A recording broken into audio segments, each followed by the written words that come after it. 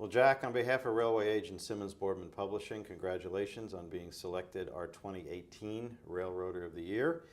I think, to my knowledge at least, and we've been doing this award since 1964, you're probably the youngest Railroader of the Year to be so honored. Congratulations again.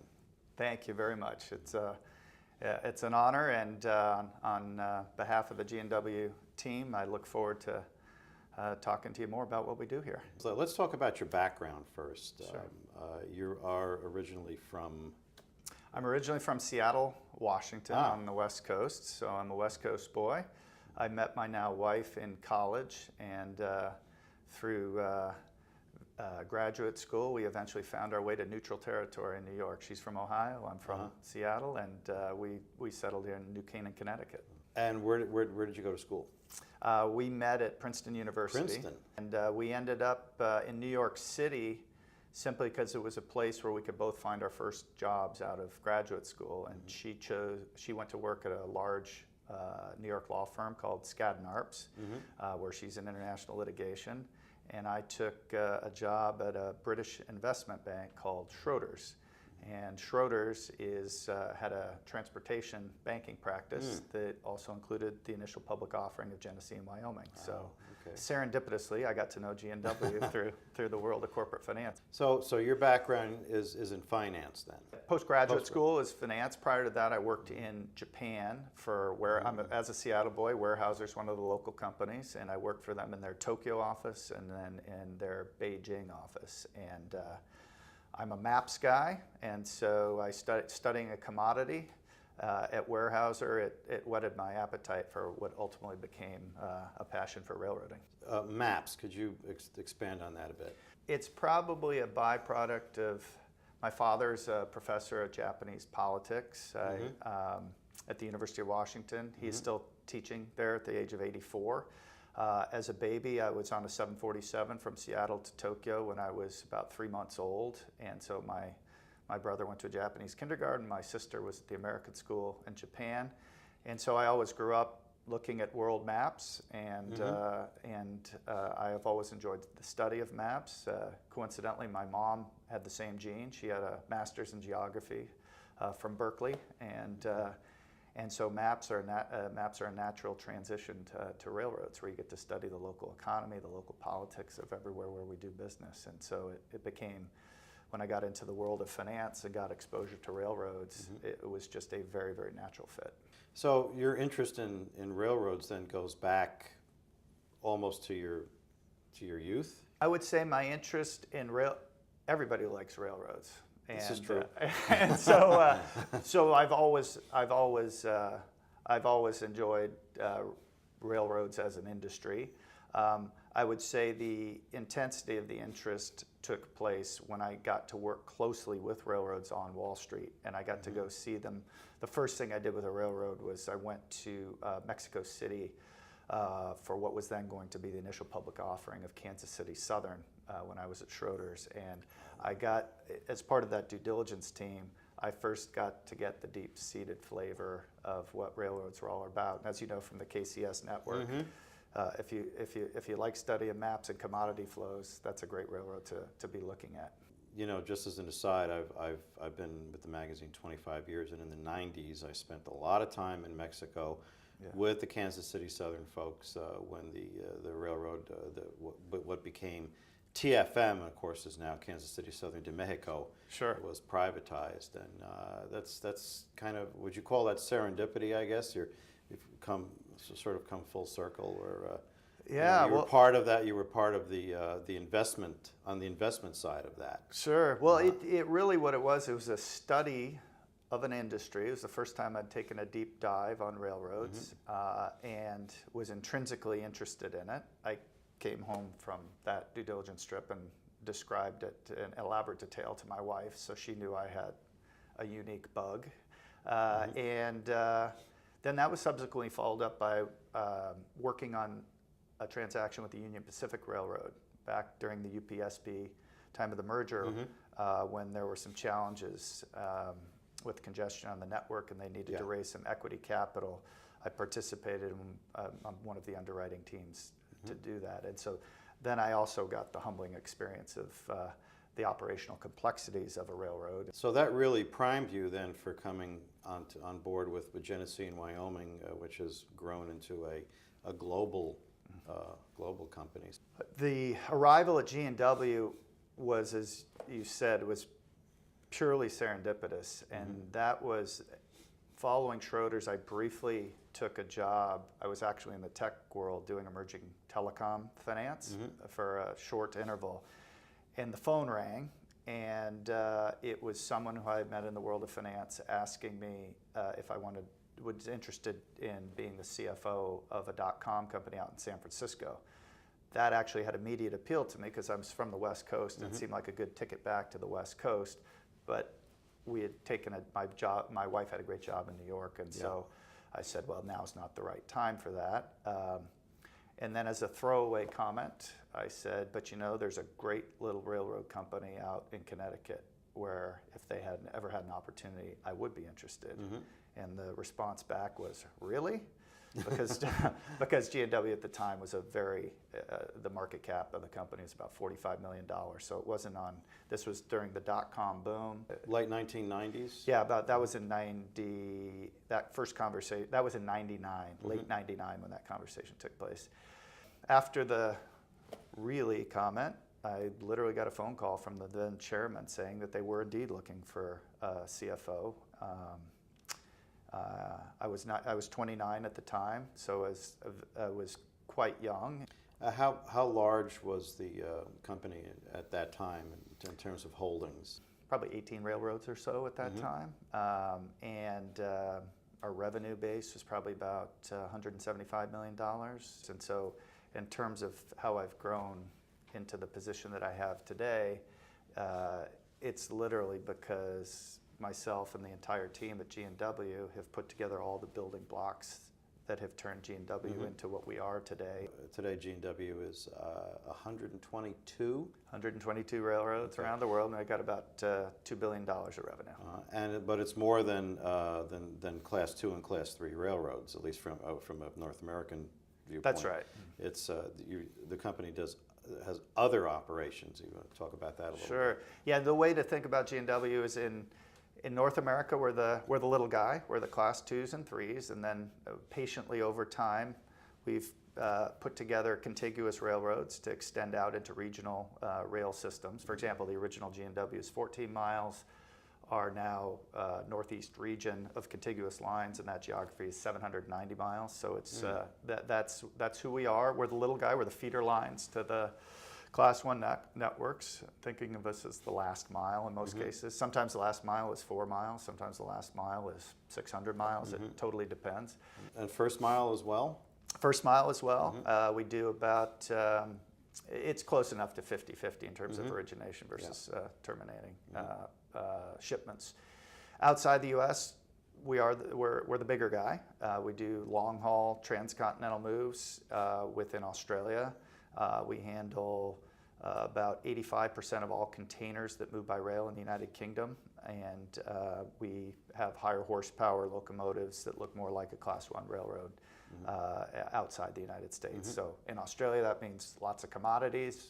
In the UK, that means lots of containers. Yeah, and so the operation in the UK is Freightliner. That's Freightliner, right? That's right. And that business is, we've owned it coming up on 3 years now. It's a little bit different because it's a different regulatory environment. We own the above rail equipment, and then we own a lot of real estate. So we own real estate in the ports, and we own real estate to the interior of the UK, the Midlands, which is where many of the shipments that move by rail go to. The short haul moves to the south around London are all going to be trucked because of the length of haul. To the interior, which is where most of the population actually of England is, it goes to our terminals. So for example, we have a terminal that sits next to where Manchester United plays. It's called Trafford Yard, Old Trafford. So let's talk about then the UK and Europe in general. As you well know, the rail network is more oriented toward passenger transportation, higher speed operations. What are some of the operational challenges that you deal with in the UK? You know, where freight plays I wouldn't want to say a minor role, but it's Sure. not nearly as, freight rail is not really as large as it is in North America. Oh, absolutely. No, there's no question. The freight railroads are second fiddle in the UK to passenger. The way to think about our movements in the UK is we're running short trains, average train length's about 30 cars. And their trains are moving probably 70 miles an hour or so in between passenger windows on the passenger network. So we're interspersed with the passenger trains. Some of the differentiators are you can't afford to make a mistake and have a breakdown, because if you do, you're charged a very high penalty for any kind of mechanical failure, for example. And so there's a ticking toll that kicks in by the minute for any form of delay you have. And so it means mechanical perfection is at a premium in that market. How about financially? How does that work out? You know, you're a tenant operator Sure. on a state-owned and dispatched infrastructure and maintained as well. I'll revert to my finance jargon, but at the end of the day, railroads are all about our capital-intensive business. It's all about return on capital. The operating ratio is academically interesting, but it's all about what kind of are you getting a sustainable return on the capital that you deploy, and that equation in an open access environment is getting a return on equipment and terminals, and it doesn't have the track part of the part of the equation to it, which is the dominant part here in North America. Yeah. I would say that the returns on capital and the cash flow generation of that business, it looks almost identical to a short line railroad. The margins themselves are thinner, but the CapEx requirements are lower because railroads track drinks capital. Yeah. So proportionally, the CapEx requirements are less, and so CapEx as a percentage of cash flow is lower, and it looks exactly like a short line railroad. 30% of CapEx to EBITDA is the ratio that I always look at on 30%. Average across G&W. We've got more capital-intense railroads that are closer to 50%. We have others that look more like a Class 1 railroad or lower. It can be 10%, but on average we're 30%, and that's what the UK looks like as well.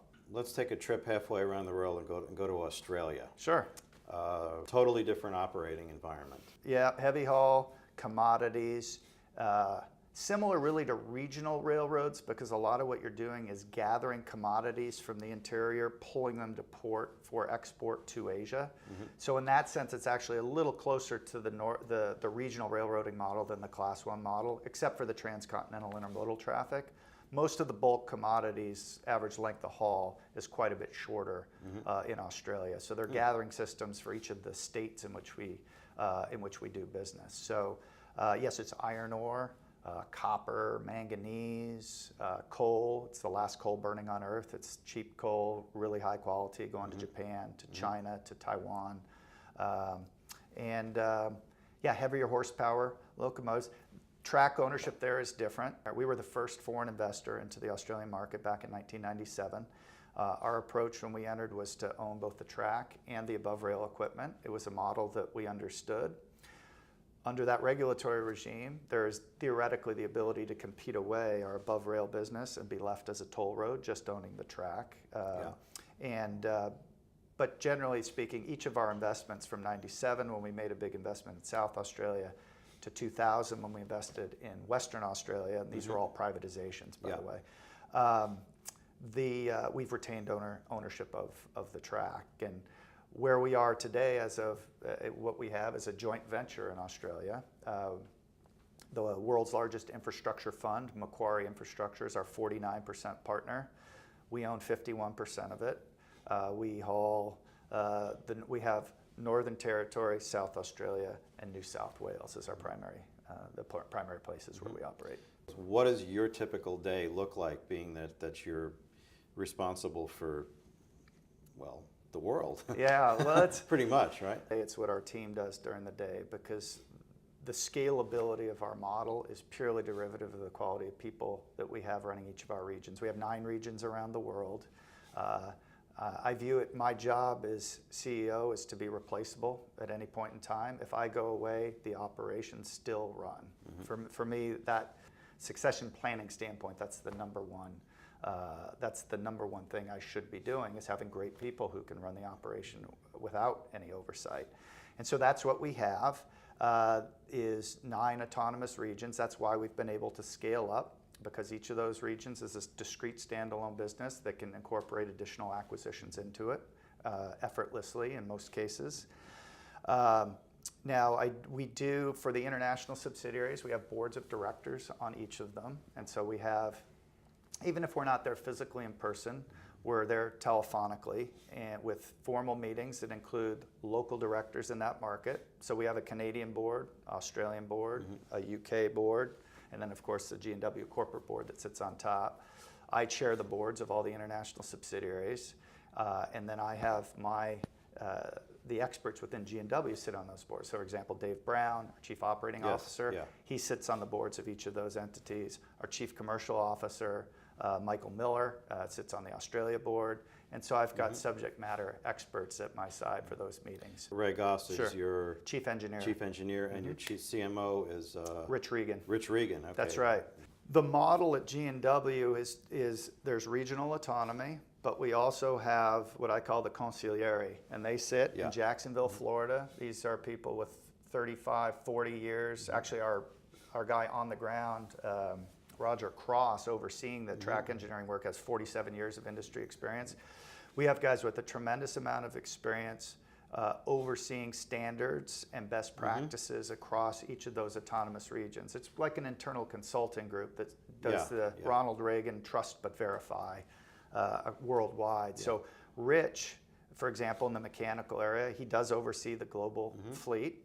And he's from CSX. He's from CSX. He was someone who had retired and rejoined G&W and transportation in our southern region, decided working for a regional short line was an enjoyable thing to do. And his wife was happy in Jacksonville, and so that's important. And then when we acquired Rail America, and we suddenly doubled the size of our domestic locomotive fleet, it suddenly became very logical to have someone with the depth of his knowledge to oversee, first of all, to play chess with all the locomotives that we have around the country, which have now is 92% EMD, so that we're saving on inventory and parts and the like. And every discipline within G&W is that way. So Ray Goss, our head of track, he's high railed the entire north-south corridor in Australia, probably twice, I think. But and so he's in charge of track standards globally, bridge standards globally. And then recently also we do a lot of our track capital works in-house now as of about 3 years ago. And that's been a new development. So business development, and here I'm referring more to the United States and probably Canada as well. Business development is a very important function at G&W. Can you describe some of your activities in that? And is a lot of it, is it converting from truck to rail, or? Yeah, it is other than getting our people home safely to their family and loved ones after each shift, our next priority on the list is driving new traffic across the railroads. And so we attack that in many ways. One is the localized sales and marketing function, which resides in each of our operating regions, but ultimately resides at the front line at the general manager of the short line railroad level. And we tell our employees every one of us is responsible for the commercial function. In addition to that localized approach, we have a national support function out of Jacksonville, and that's led by our Chief Commercial Officer, Michael Miller. He's got a transload team trying to pull traffic off the roads into yards onto our railroads. We've got an industrial development team led by Mike Peters, whose job is the long lead time projects for the major new auto plant, steel plant, whatever it may be. He spends a lot of time with economic development authorities seeking to attract new business investment along our railroads. And then frankly, some of our customers, like Georgia Pacific, where we touch them at more than a dozen railroads, they like to talk to both at the local level, but also at the national accounts level with someone who can see the big picture across all of the things that they do with G&W and all the different commodity groups. Is there a particular Class 1 or Class 1s that you would describe as most helpful or in business development? I would say every one of them has their strengths. Okay, that's a good answer. How about that? Okay. The future of the rail industry. You are probably, I don't know, maybe mid-career or something, where you have a lot of experience, but you have a lot of years to go. Right. Where do you see this industry headed? What challenges do you see this industry needs to address? Sure. I mean, I think as I look forward, first of all, it's easy to conceive of a Blade Runner type scenario with ships coming across the ocean, handing it off to an autonomous train that's got a beehive of drones above it that's delivering stuff for Amazon all over the country. I'm much more pragmatic. By the way, there's certain components of that which probably are realistic over time. I think about it pretty simply, and I just focus on the customer. And I think the rail industry could be a lot more commercially user-friendly than it is today. I think the application of technology to the interface between the customers and the railroad could be enhanced in a way that makes us easier to do business with. I think going forward that the future of the railroad industry requires being as close to the customers as we could be. That happens to be what short lines are pretty good at. So I think in that regard we can be leaders in fostering the customer relationships, the application of technology in order to help the customers meet their long-term needs. And yes, that could mean for a company like G&W getting involved with autonomous vehicles as a way to extend out our supply chain. I view all this technology as an opportunity, not as a threat. Not as a threat, yeah. The intrinsic economics of rail, there's a reason we've been around since the 1800s. The intrinsic economics of why rail works isn't going to go away just because things become autonomous. And obviously, if you own your right-of-way, that's the more logical place to be autonomous, by the way. But no, I view it as a way, how do we extend out the supply chain? How do we drive more traffic over our existing railroads? We are looking at projects to find ways to do just that right now. Final point, an issue, a challenge, if you may, the railroads face is recruiting fresh talent, young people, getting them interested and keeping them interested, and it's where they make careers out of this industry. G&W is a company that was built on young people. If you look across every major position in the company, including myself, someone was willing to take a chance on someone probably 10 or 20 years sooner than a big company would have been willing to take that chance. And that's, if you look at all of the key positions at G&W, you'll see that pattern. We're a very young team. With that youth comes a culture and an openness and I'll call it lack of hierarchy in terms of decision making. We're very open to ideas that can come to the senior leadership from any part of the company. People know that. People know that we listen. And I think if you can foster that kind of environment at the corporate level and at the frontline level, railroad level, you create a work environment in which people want to work, whatever their functional discipline might be, mechanical, track, or conductors or engineers. And so I think if you foster the right culture, you're going to attract good people. It does require very special individuals to want to work on a railroad. Railroading is a lifestyle job. It's not just a job. Yes. And that attracted me to it. I was a volunteer fireman in college, and so there was something about the adrenaline rush of constantly being connected to the real world that's a natural affinity to me on the railroads. And there's a good subset of humanity for whom they're going to feel that same way that I do. Well, Jack, thank you so much. Again, congratulations.